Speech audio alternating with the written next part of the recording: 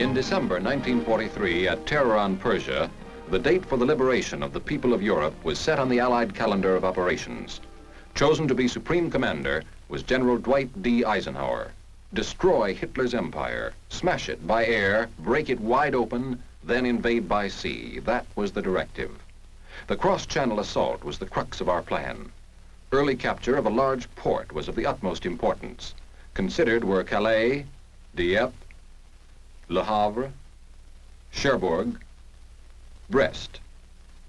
Cherbourg was selected. For more than one full year, there poured into Great Britain a torrent of war implements, tanks, guns, weapons beyond description. And men, American soldiers, at the rate of 150,000 every month. Assault training included every phase of the coming battle. In the early spring of 1944, joint maneuvers of the ground, sea, and air forces, which were to make the attack, were held along the southern coast of England. Every duty was performed as if this were the real thing. British shores, chosen for their similarity to the coastlines of the Normandy Peninsula, were the staging areas for these maneuvers. Meanwhile, the Allied strategic air assault on Fortress Europe went on with ever-mounting power. Day and night, the Allied air forces sent their bomb cargoes into the vitals of Hitler's self-proclaimed kingdom. Targets, factories, aerodromes, synthetic fuel plants, crude oil refineries, munitions works, railroads, canals, power plants. The climax of the air war came in February 1944 when the Luftwaffe made a desperate all-out effort to sweep our day bombers from the sky. The battle raged for a week. The cost to us was high, but the German Air Force came out of the battle crippled beyond redemption. Our attacks continued with unabated fury. At bivouac and training areas, ground troops received their alert orders.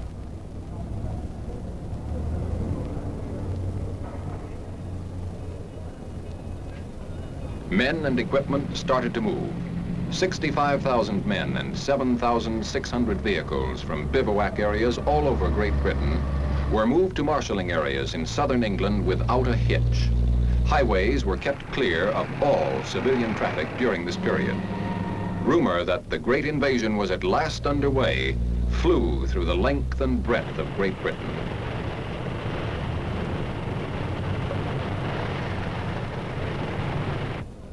In the marshalling area, each man drew a new gas mask of the latest type, an instantaneous life belt. Field rations were issued, including cigarettes and candy. When the men received French folding money, they knew what was what.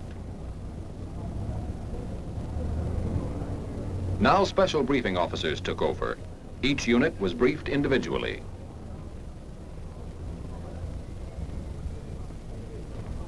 The movement of the initial invasion task force from the marshalling areas to the embarkation points in southeastern England began on 30 May 1944. The timetable called for all troops, vehicles, and supplies to be aboard their transports within 5 days. This transportation and embarkation schedule, so vital to the whole invasion plan, required the closest possible coordination of times of departure and arrival. The operation was executed with expert skill and efficiency. Morale was high. Toughened, skilled, easy under discipline, our men knew they were ready.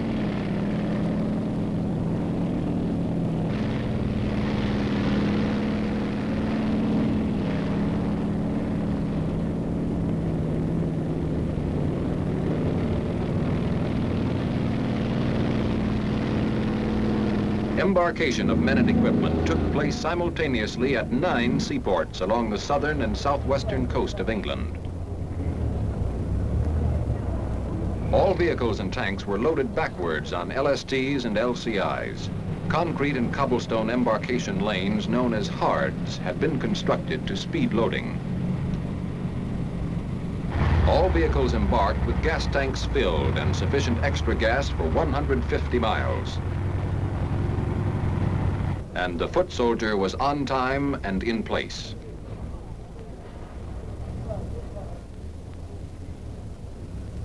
All English seashore towns through which our military forces passed were quarantined as a precaution against the leakage of information. Had the Luftwaffe commanded the skies at this juncture, it could have inflicted great damage to our men and ships, concentrated as they were in this relatively small area. Each man carried one K and one D ration. No extra clothing or barracks bags on this trip. General Eisenhower said of these men, "There is no question at all as to the readiness of the troops. They are well trained, fit, and impatient to get the job started and completed." These small assault boats ran a continuous shuttle service from the hards and docks to the transports lying at anchor in the harbor.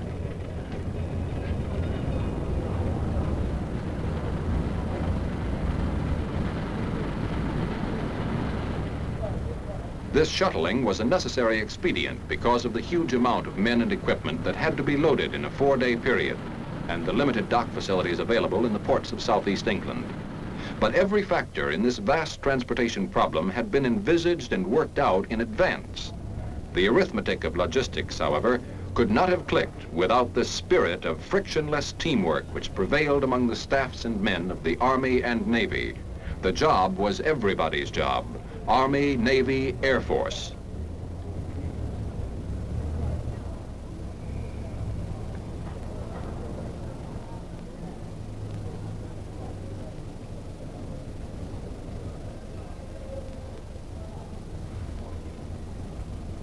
As each ship was completely loaded with its men and equipment, it pulled out into the harbor to take its place in the forming convoy.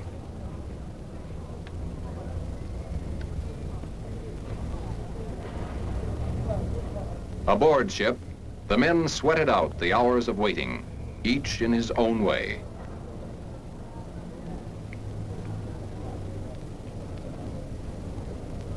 Naval gun crews received individual briefings. The success of this tremendous undertaking depended vitally upon the naval bombardment that would precede the assault of ground forces. Troop units rehearsed their objectives from D-Day to D+3. Everything known about the enemy's defenses was thoroughly analyzed by officers and men. Preventive maintenance service of arms and equipment was highly stressed in all branches of our military forces. An important problem was how to prevent guns and equipment from becoming fouled by salt water and sand. On 4 June, with the convoys fully loaded and ready to sail, the weather forecast for D-Day caused grave concern. A last-minute conference took place aboard the Augusta. D-Day was postponed 24 hours to 6 June. Airborne troops, the men who were to spearhead the invasion, had meanwhile been assembling at command departure points.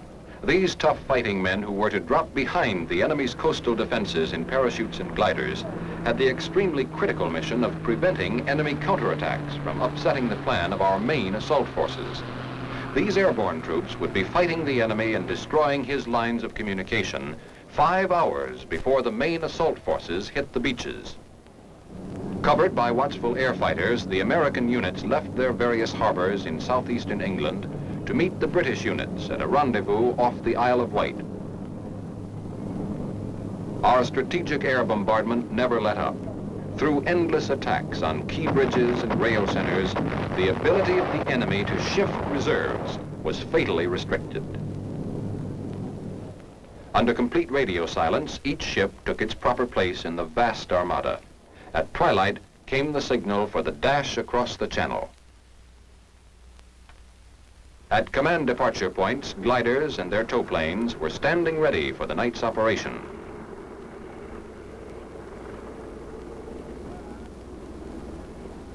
Speeds and altitudes were assigned to towplane pilots, and glider pilots were given a final briefing on all that was known to our intelligence regarding the conditions likely to be found in the drop zones. Each unit's mission was clearly defined. Earlier in the day, General Gavin had a final talk with his men.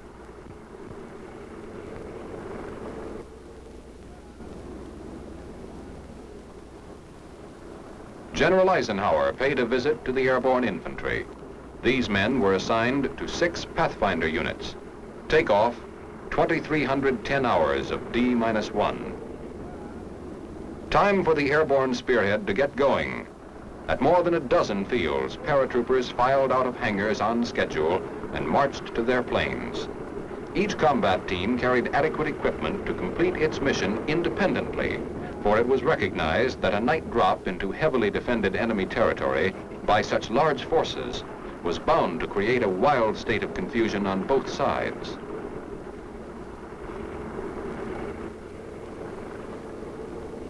Parapacks of heavy equipment would be released separately.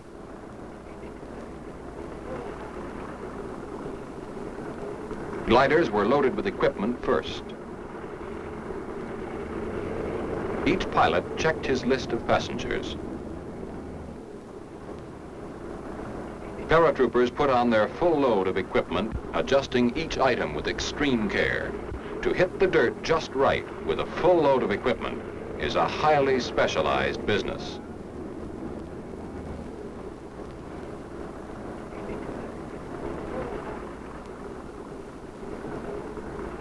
Final check by the jump master, the most particular man in the outfit.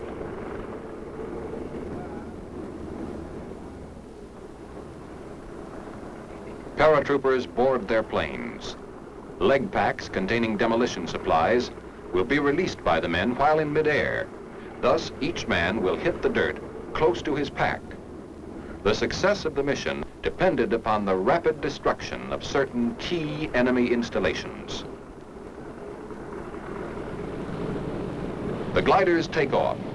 The heavily armed men in them, a short while before, had listened to a message from the Supreme Commander. You are about to embark on a great crusade. The eyes of the world are upon you, and the hopes and prayers of all liberty-loving people.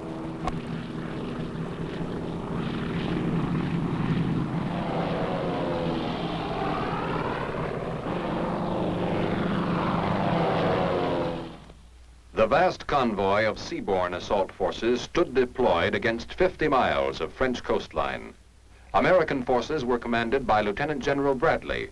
British and Canadian forces were under command of Lieutenant General Dempsey. Shattering the dawn 90 minutes before H hour, the naval bombardment opened up. It was like a convulsion of nature. More shell tonnage was expended in 1 hour than in the entire Allied naval campaigns of World War I. Each warship had its assigned targets, its individual schedule of fire. Prime targets were the enemy's powerful coastal guns.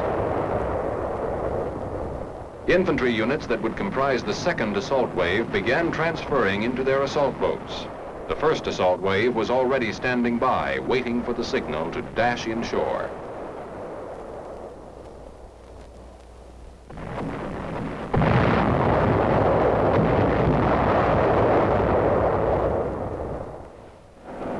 The last phase of air bombardment began at 05:30, 1 hour before touchdown of the ground troops.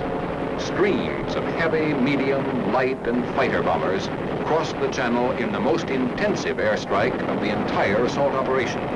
Objective, to isolate the battle area until we could consolidate our beachheads and begin the breakthrough. The big guns poured it on. Combat teams, each on a schedule, continued their unloading into assault boats. There would be little time between the first assault wave and the second.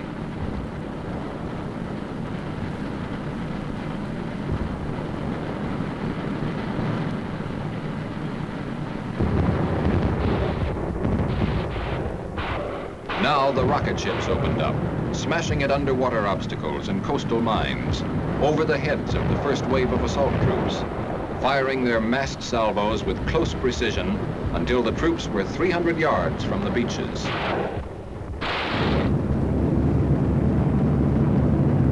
The fury from the air went on and on. Our airmen in tactical support of the ground forces took no rest that day. Back from one sortie, they gassed up, loaded their bombs and ammunition belts, and grimly went out again and again.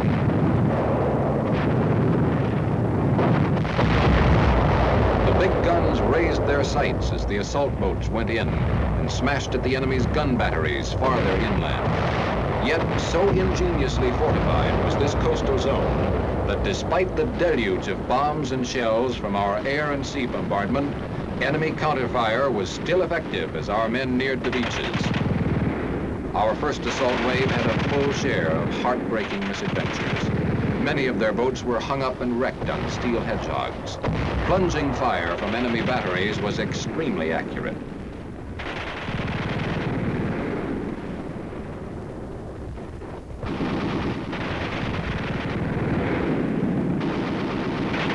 In the confusion, boats went astray or got out of control and crashed into one another. Forced to jump out of sinking boats, many men had to discard their weapons and equipment to save themselves from drowning. Casualties in the first hour were heavy.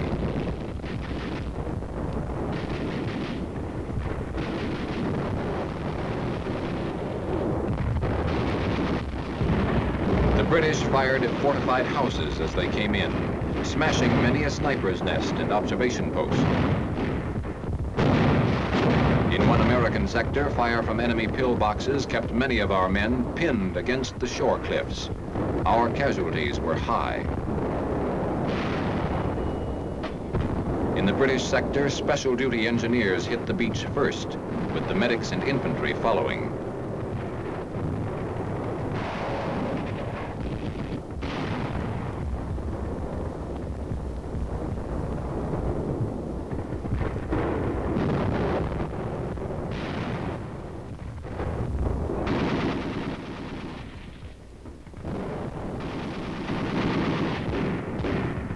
With the beachhead secure, the infantrymen lost no time in driving on to other objectives.